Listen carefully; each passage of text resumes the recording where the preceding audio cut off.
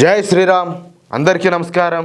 Welcome to news అఖండ. నేను మీ కస్తూరి శ్రీధర్. మిత్రులారా, ఆంధ్రప్రదేశ్ ఉప ముఖ్యమంత్రి అదేవిధంగా పవర్ స్టార్ పవన్ కళ్యాణ్ గారు మొఘల్ దురాక్రమణదారుల గురించి పోసగుచ్చినట్టు బయటపెట్టారు. సరే, ఇంతకు ఆయన ఏం మాట్లాడినాడు, ఇంతకు ఆ విషయాలు ఏంటనేది ఈ న్యూస్ ద్వారా నేను చెప్పే ప్రయత్నం చేస్తా. ఓకేనా?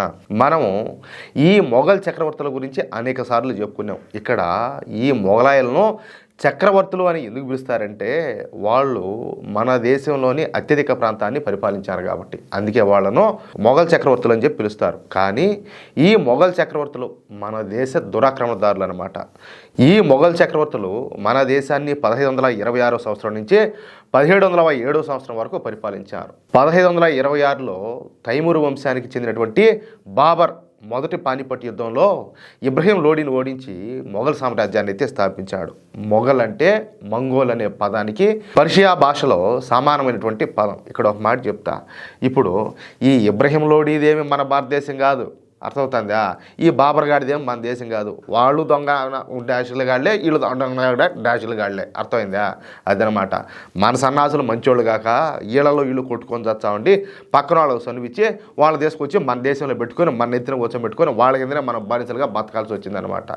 సరే, ఇకపోతే మంగోల్ అంటే మధ్య ఆసియాలోని చెంగీజ్ ఖాన్ వంశీయులైనటువంటి సంచార జాతులు అని చెప్పేసి అర్థం అనమాట. వీళ్ళు పూర్తిగా ఈ చేపలు పట్టుకోవడం అదేవిధంగా ఈ ఒంటెలను పెంచడం వంటి పనులు మాత్రమే చేసుకుంటా బతుకుతూ ఉన్నారు. కానీ వాళ్ళకి అదృష్టం కలిసి వచ్చింది. అప్పట్లో మన దేశాన్ని పరిపాలిస్తున్నటువంటి ఈ ఢిల్లీ సుల్తాన్లు పొందుతున్నటువంటి రాజభోగాలను చూసి ఆశ్చర్యపోయి కన్నుగుట్టి ఈ మొఘల్ దురాక్రమణదారుడైనటువంటి బాబర్ గాడు మన దేశం మీదకి దండెత్తి ఈ ఇబ్రహీం లోడీని ఓడించి మన దేశాన్ని ఆక్రమించాడు. ఇక్కడ చెప్పా కదా, ఈ ఢిల్లీ సుల్తాన్లే వీళ్ళేం పత్తితులేం కాదు, వీళ్ళు పోరంపోకుండా కొడుకులే. వీళ్ళు కూడా వాళ్ళు కూడా మధ్యయుగం నాటి ఆచార వ్యవహారాలను కలిగిన వాళ్ళే. అయితే వాళ్ళు పూర్తిగా విలాసాలకు లోనైపోయి రాజ్యాన్ని సైనికులను వాళ్ళ అవసరాలను పెద్దగా పట్టించుకోవాలా. అందుకే మరో మధ్యయుగపు సంచార జాతి అయినటువంటి ఈ మొఘల్ దురాక్రమణదారులు ఈ ఢిల్లీ సుల్తాన్లను తేలిగ్గా ఓడించేశారు. అయితే ఈ మొఘలులు ఈ ఢిల్లీ సుల్తాన్ల కంటే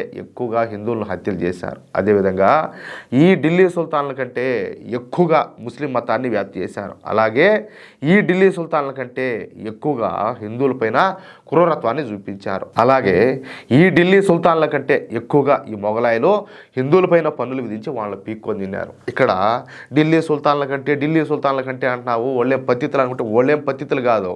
వాడి పుప్పన అమ్మండ అయితే వాడికి మించోడు ఈడు. అర్థమవుతుందా? తక్కువ వాళ్ళేం కాదు, అందరే. అందుకే హిందువులను ఎక్కువగా ఇబ్బందులు పెట్టేటువంటి మొఘలులను కీర్తిస్తా మన ముస్లిముండా కొడుకులంతా కూడా పాఠ్యాంశాలను రూపొందించారు. అందుకే ఇప్పుడు ఆ విషయం పైన ఆంధ్రప్రదేశ్ ఉప ముఖ్యమంత్రి అదేవిధంగా పవర్ స్టార్ పవన్ కళ్యాణ్ గారు ఘాటుగా స్పందించారు. ఈ సందర్భంగా ఆయన మాట్లాడుతా, మన పూర్వీకుల దగ్గర నుంచి మన భారతీయులు అకారణంగా ఎవరిపైనా కూడా దాడులు చేయాల, ఎవరి సామ్రాజ్యాలను కూడా ఆక్రమించుకోవాలా, మన చక్రవర్తులు ఎవరిని కూడా అణచివేతకైతే గురి చేయాల. అర్థమవుతుందా? కానీ మన భారతదేశాన్ని మాత్రం ప్రతి ఒక్కరూ ఆక్రమించాలని చెప్పి చూశారు. మన దేశాన్ని కొల్లగొట్టాలని, మన దేశ పౌరుల మతం మార్చాలని చెప్పేసి విశ్వ ప్రయత్నం చేశారు. కానీ మన సనాతన ధర్మం ముందు వాళ్ళ పప్పులైతే ఉడకల. మనం 800 సంవత్సరాల పాటు విదేశీ దురాక్రమణదారుల పాలన అయితే బానిసలుగా బతికినప్పటికీ కూడా మనం మాత్రం మన సంస్కృతి సాంప్రదాయాలను ఆచార వ్యవహారాలను అయితే వదులుకోవాలా. ఈ మొఘల్ దురాక్రమణదారులు పరమ దుర్మార్గులు. బాబర్ నుంచి ఔరంగజేబు వరకు మన హిందువుల రక్తం తాగిన రాక్షసులే వీళ్ళంతా కూడా. మన హిందువులు మన ఆచార వ్యవహారాలను పాటించినందుకు మన పైన ఈ దుర్మార్గులు జిజియా పన్నును అయితే విధించారు. చూడండి, కానీ మన చరిత్ర పుస్తకాలలో మాత్రం ఈ జిజియా పన్ను గురించి చాలా తక్కువగా చెప్పినారు. ఏదో పూలతో కొట్టినట్టు ఈ జిజియా పన్ను తీవ్రత గురించి తగ్గించి చూపించారు. అంటే మీకు అర్థమయ్యేటట్టు చెప్తా. ఇప్పుడు రాయితో కొడితే ఏమవుతుంది? దెబ్బ తగులుతుంది, అవునా కదా? కత్తితో నరికితే తలకాయే దిగబడుతుంది. కానీ పూలతో కొడితే ఏమవుతుంది? ఏం కాదు, సున్నితంగా ఉంటుంది. కాబట్టి ఈ జిజియా పన్ను అనేది పెద్ద కష్టతరమైనది ఏం కాదు. అనవసరంగా వాళ్ళని సెట్ చేసి చూపించారు, వాళ్ళేం హిందువులు ఏమి ఇబ్బంది పెట్టలేదని చెప్పేసి వాళ్ళను తక్కువ చేయకుండా వాళ్ళు ఏదో గొప్ప వాళ్ళు అన్నట్టు కీర్తిస్తా వాళ్ళ గురించి మనకేదో లేరుపోనట్టు అన్ని కల్పించి చెప్పినారనమాట. వాళ్ళు ఏదో మహానుభావులు మామూలు కాదని చెప్పేసి. అర్థమైందా? అది ఆయన చెప్పింది. కానీ వాస్తవానికైతే ఈ జిజియా పన్ను అనేది మన హిందువుల యొక్క అణిచివేతకు నిలువెత్తు సాక్ష్యంగా నిలుస్తుంది. అక్బర్ పరిపాలనలో ఎంతమంది హిందువులు చంపబడినారో ఆ దేవుడికే తెలియాల. అందుకే ఈ విషయాలను తెలియజేసేందుకే నేను హరిహర వీరమ్మలు సినిమానైతే తీయాల్సి వచ్చింది.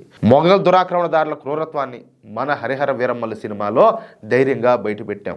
ఇప్పటి వరకు కీర్తించబడిన వీరుల గురించి ఇప్పుడు ఈ సినిమాలో గొప్పగా చూపించాం. అంటే ఎవరి గురించి?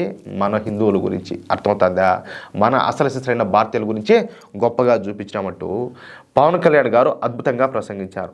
మరోసారి మన సనాతన ధర్మ గొప్పతనం గురించి చాలా గొప్పగా మాట్లాడారు. అంటే అప్పట్లో హిందువులుగా బతకాలంటే నువ్వు ఖచ్చితంగా పన్ను కట్టి తీరాల్సిందే, నువ్వు బానిసలాగా కాళ్ళకాడ కుక్కలాగా బతకాల్సిందే. అది విషయం. ఆ మారు జరుగుతుంది అనమాట అప్పుడు.